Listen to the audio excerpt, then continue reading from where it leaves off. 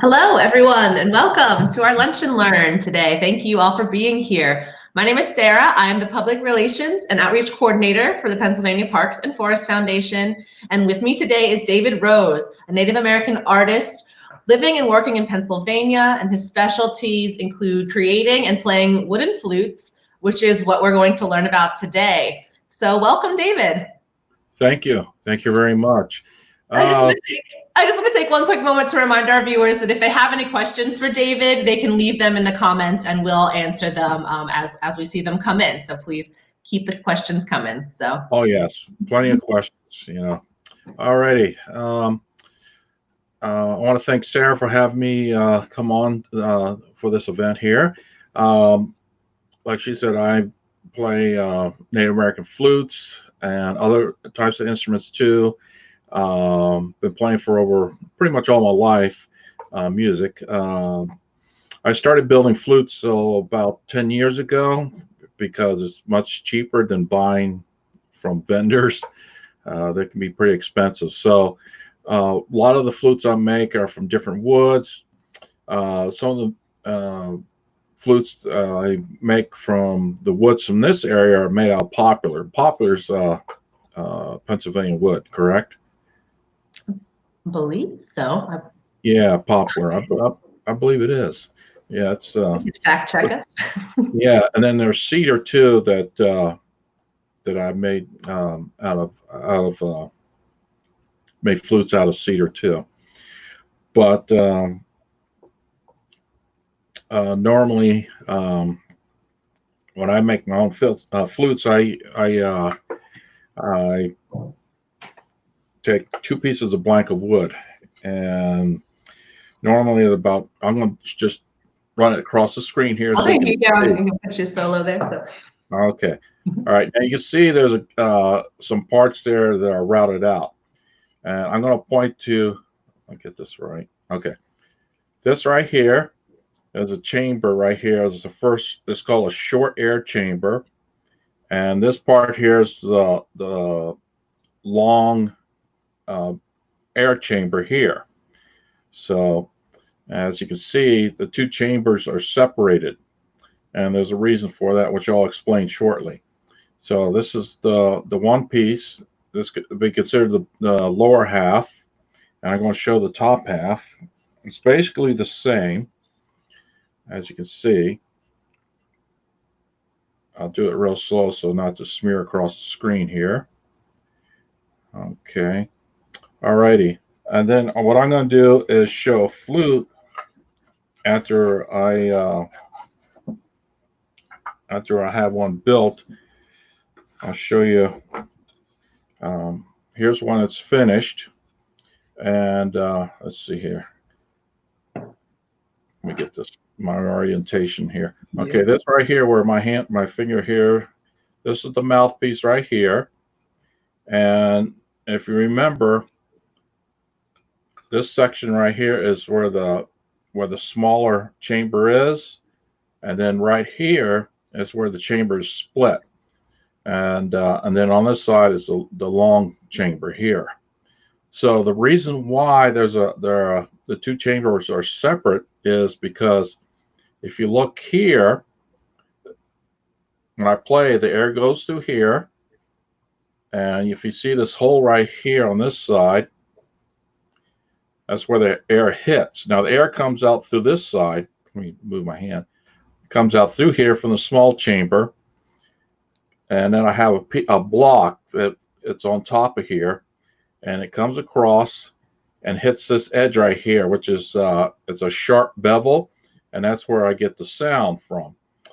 I'm trying to keep this simplified, okay? And the block that I use, this block here is just a test block that I use to test the flute to make sure they're working. So basically how it works, okay, get this right here. I set the block, I tie it down, and then I blow from this end, and what happens is the air travels up and under the block, and the air hits the edge there, and that's where you get your sound. Okay, without this block, I can't get any sound, so I'll show. So there's no sound or anything like that. So with the block, in order to get sound, I have to have the block on here. So I don't know if anybody can hear that or not, but that's where it comes from there. So yeah.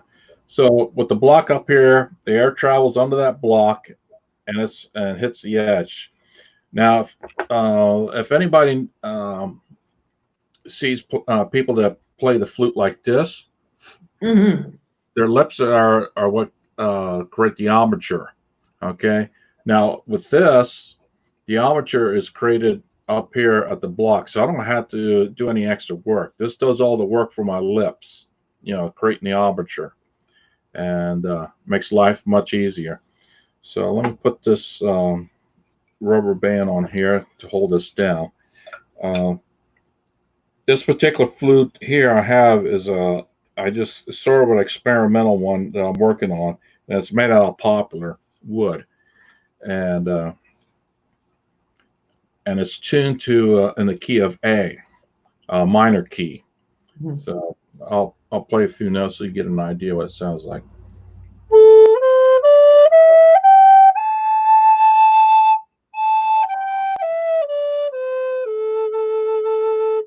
So that's in the key of A, and a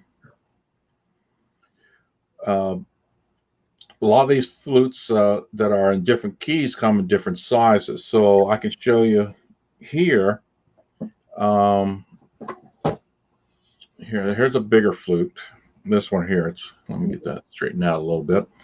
But this is a E flute. It's much deeper, and it's made out of cedar, as you can see. Now, a friend of mine makes these out in Arizona, and this is made out of eastern cedar. It's I guess pretty common on the East Coast, from my understanding.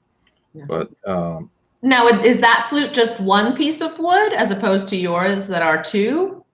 It's all one piece. All one piece. Yeah. Oh, I failed to mention that. When I glue the two blanks together, and then what I do is I put them on a machine that rolls it out and makes them round. Okay.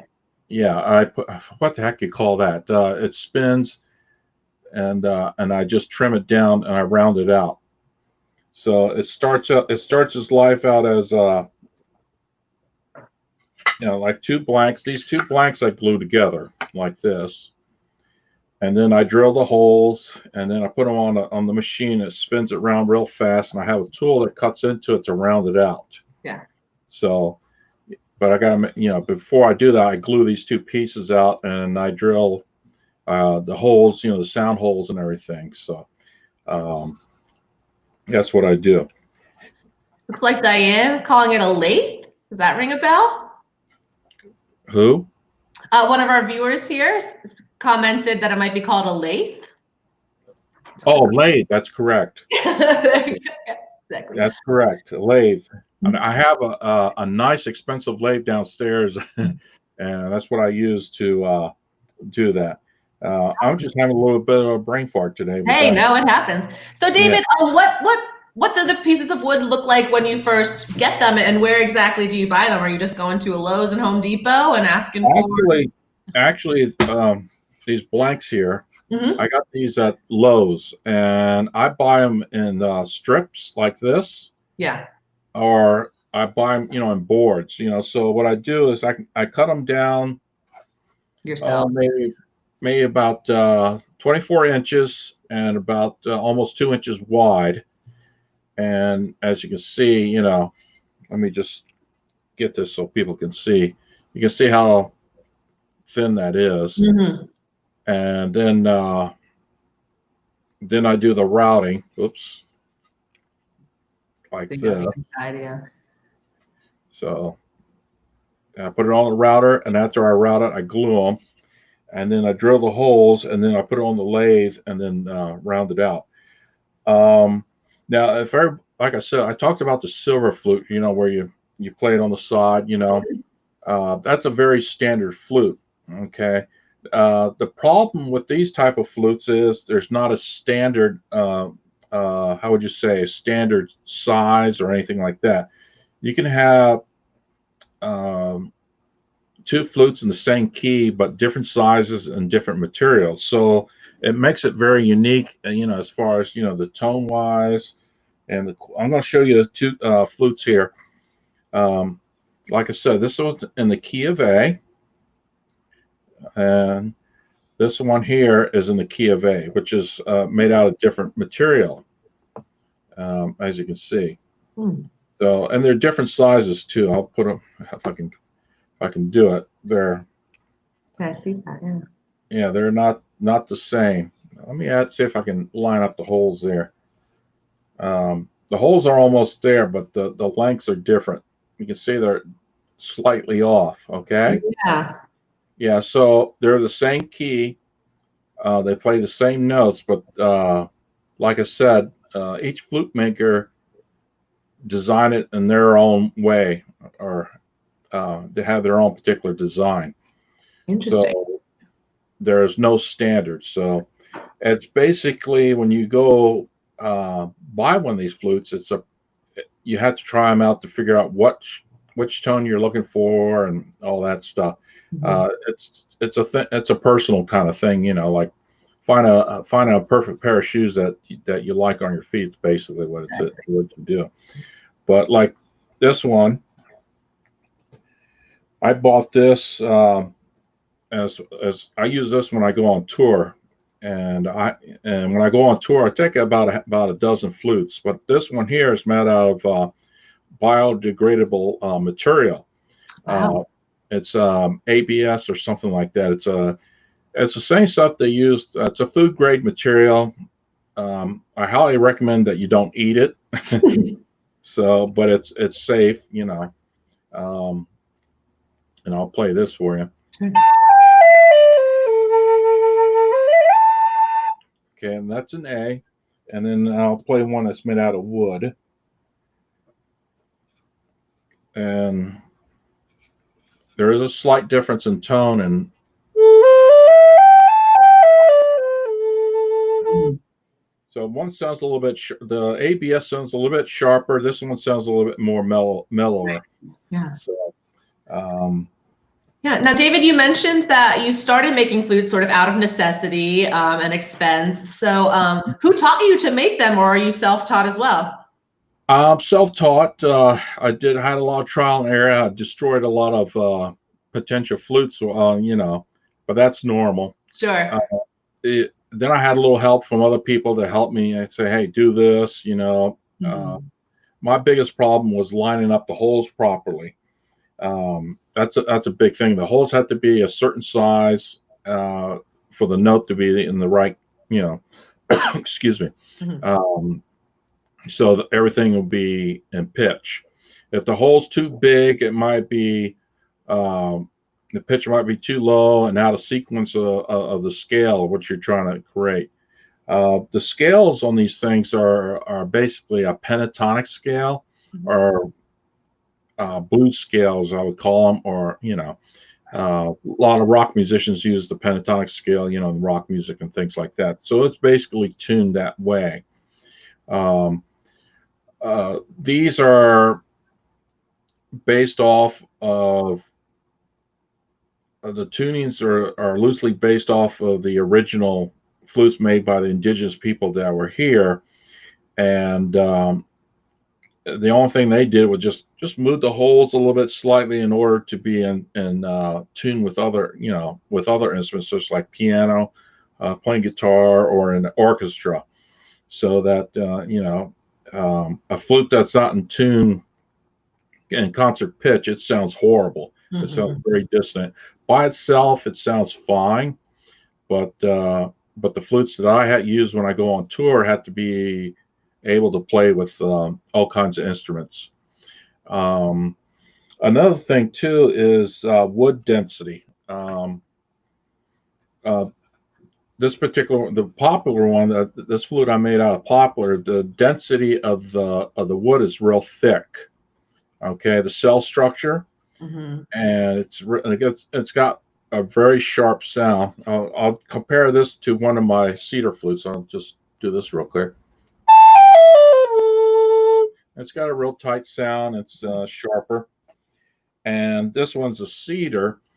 And the difference between the woods with poplar, the cell structure of the cedar is not as compressed, or it's more loose. Pores, yeah. Yeah, so it gives it more of a, how would you say, a more airy, surreal type sound. Mhm.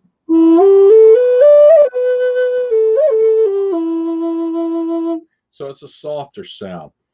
So the different types of woods for flutes are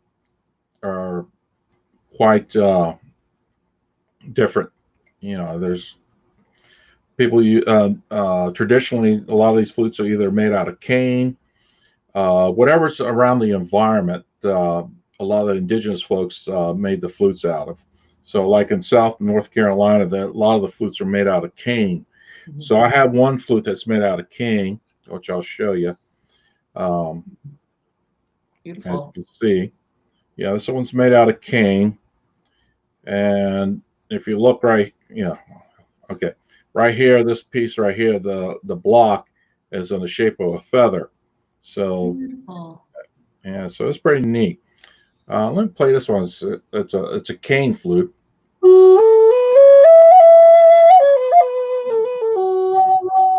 So it has a different sound to it. So it depends on the type of material. Your hardwoods will give you that nice, sharp, biting sound. Cedar wood will give you sort of that airy, surreal type. And the cane flutes, depending on the density and everything, it gives you a different type of sound. So each woods is different. It has its own personality, as I call it. Yeah, absolutely. So, About how long does it take you to make a flute from start to finish? approximately 2 to 3 weeks, depending, how well the glue sets up and everything on the material. Mm-hmm. But I can talk a little bit about how they used to make them the old way, Sure. without modern tools and things like that. Like I said, each flute maker, and even today, like I said, each flute maker has their own take on how to make their own flutes. So there's not a standard as to how these are made. So traditionally, what they do the old way is that the maker would measure out the wood from the top of the fingertips down to their elbow, Mm-hmm. the section of wood. Okay. And I'll have to demo this. Let me take this one part so you can kind of get an idea how this works. When they mark off their holes and things like that, it's all done by hand. So you can imagine, each maker has different length of hands, size of hands. It's never the same. So here's the one I just took off the block here. So what they do is, like I said, they'll measure it from their arm, like this. From I can get that in the picture from right here on up, and then they'll measure out the chamber. And if you look, you can see from here on up is the first part of the measurement. Mm-hmm.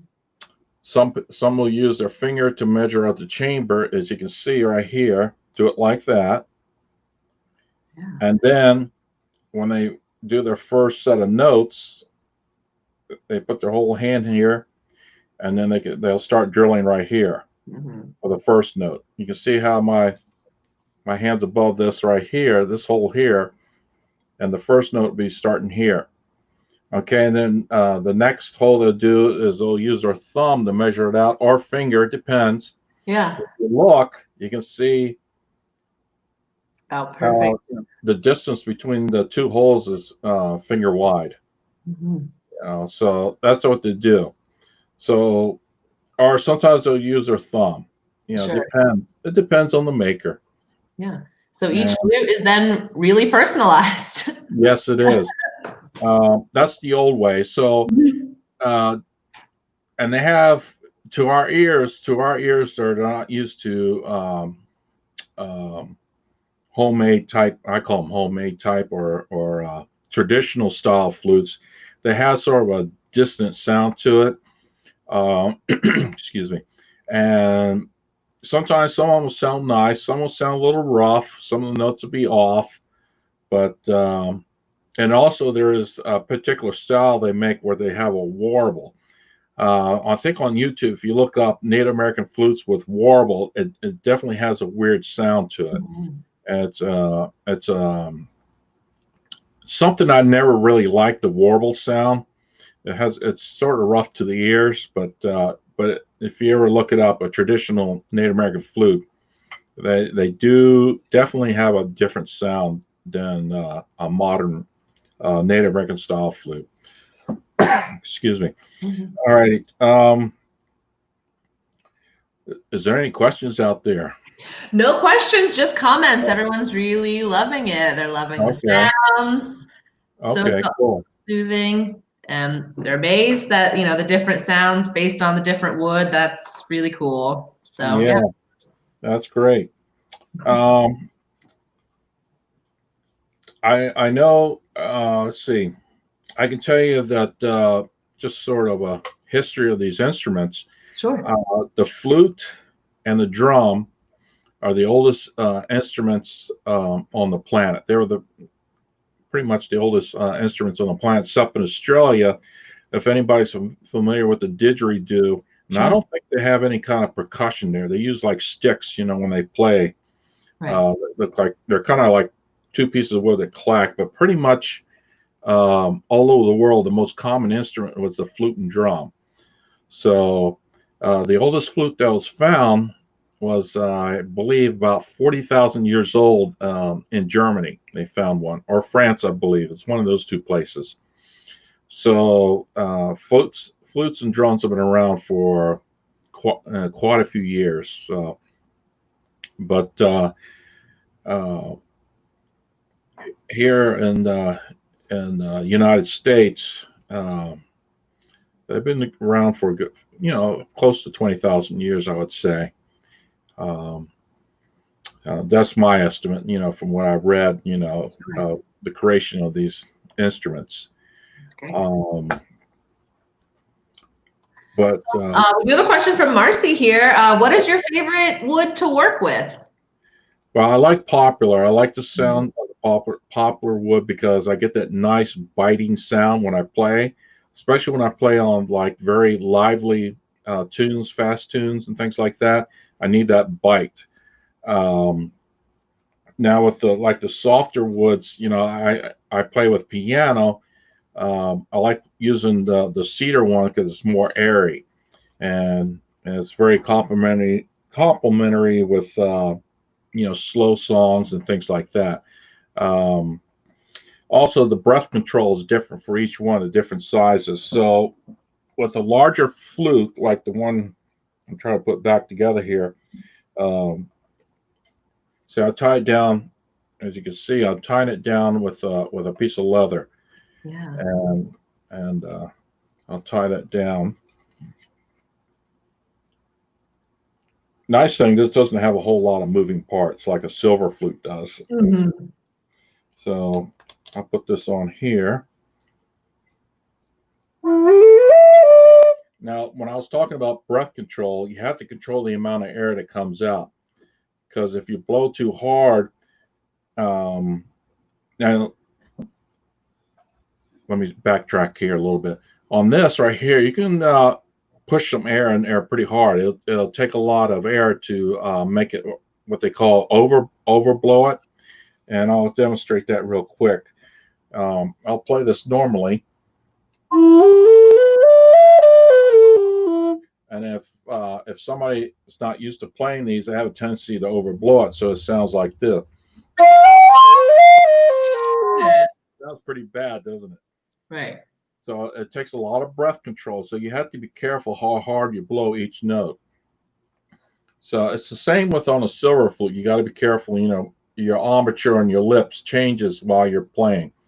So the embouchure on your lips fluctuates while you're playing silver flute. But here you have to be careful how much breath you push through this, and you don't want it to overblow because it sounds pretty bad. So.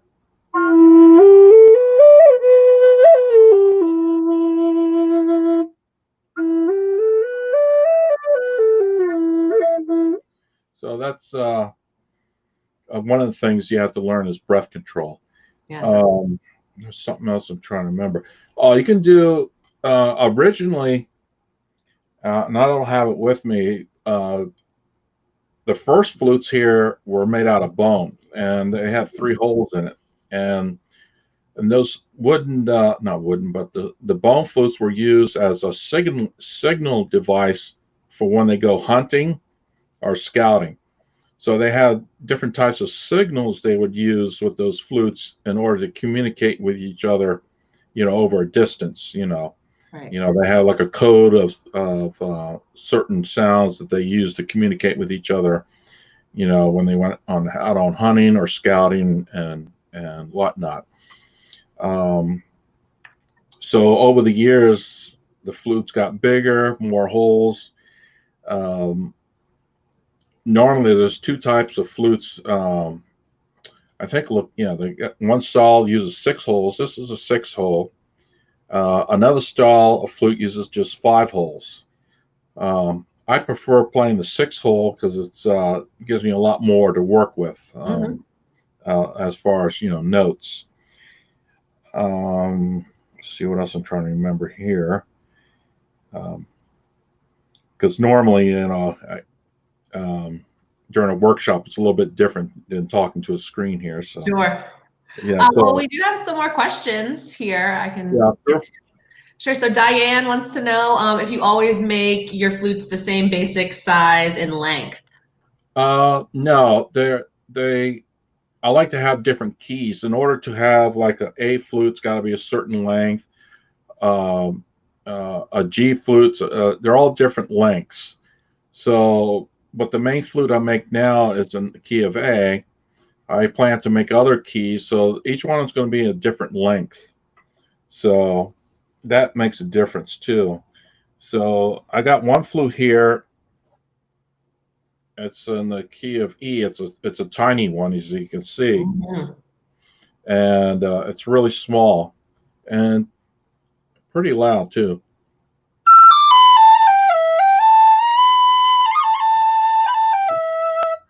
So that's I use this one on playing on some real high energy songs. They're really busy. Yeah. So yeah, I have a lot of fun with this. Yeah, I love the touches that the blocks. I saw the one was like an eagle, and that one that gives me some vibes as well. I love that little stylistic, or a lion. Sorry, it looks like, or maybe it is an eagle. I can't tell. Yeah, it's an eagle hit. Eagle. Okay, yeah, yeah. I love those stylistic touches, personality. Yeah. The big problem with these is when I go on tour, I have to take them off, and I have a flute case I put these in. So it's they're kind of fragile to a certain degree because I have broken a few of these pieces. So during a show or something like that, I have taken super glue and glued them back together, held them down, and then play them. Show must go on. Yeah. Yeah, I have a few flutes where I had cracks. I had cracks come right up along through here, so I had to put some super glue in there, hold it real tight, and then to seal it, because I got a crack and the air comes through and it sounds terrible. So it's a lot of it's real irritating when you have a flute that cracks. And normally the reason why, because you're going from one different environment to other, it could be cold and then be hot. So it really messes with the wood, and also the pitch. So that's a downside of playing these things, because if you don't acclimate the flutes into the environment properly, they will sound off and sound terrible when you're playing with a piano or a guitar or anything like that. So what I do before the show is I set them up about a couple hours ahead of time so that they'll get acclimated to the room or outside where I'm playing. Sure. And especially if I'm playing in a group or anything like that. One thing too, a lot of these flute, the indigenous people that use these use them for like ceremonies like funerals, weddings,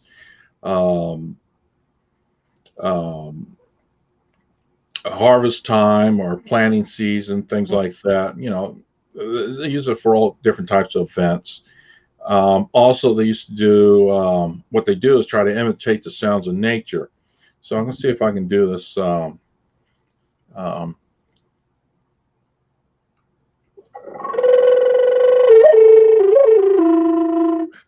that's like a cricket sound. Yeah.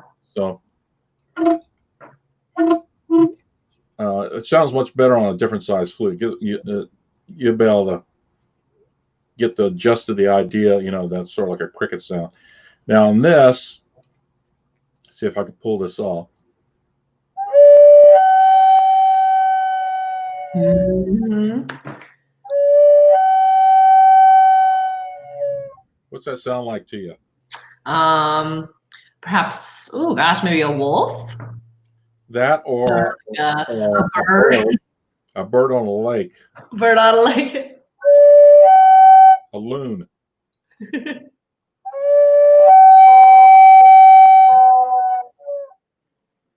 And Nice.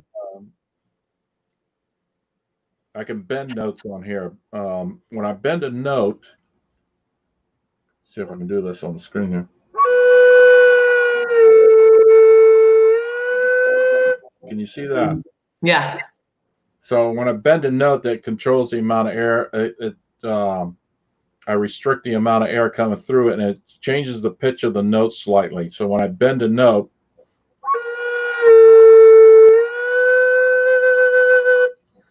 and then I use vibrato too, you know, and like a singer does. Sure. So instead of playing like this, then I'll throw a little vibrato in.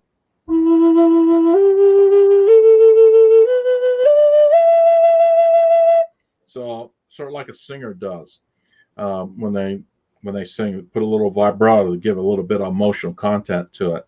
Mhm. Um, Now, you and mentioned mimicking the animals, and I understand that your playing can have a certain effect on wild animals, specifically wolves. So, can you tell Mhm. us maybe a little bit about that? Oh yeah, I used to, anybody are you familiar with the Wolf Sanctuary? Yes. I played there about a half a dozen times, and the wolves seem really attracted to the sound of the flute. And then, a lot of times when I play there, they'll be howling in the background and things like that, kind of singing along with me. That's so So great. it's pretty wild. Yeah. Some animals, like horses, for some reason, like the sound of these flutes. Um, my cats don't like them. So, uh, They're tough critics, those. yeah, they're tough. And dogs, no, they care less. You know, dogs just Sure. Yeah. yeah. But amazingly, you'd be surprised that horses love the sound of these things. So and wolves, you know, they love singing along, which is interesting. Yeah.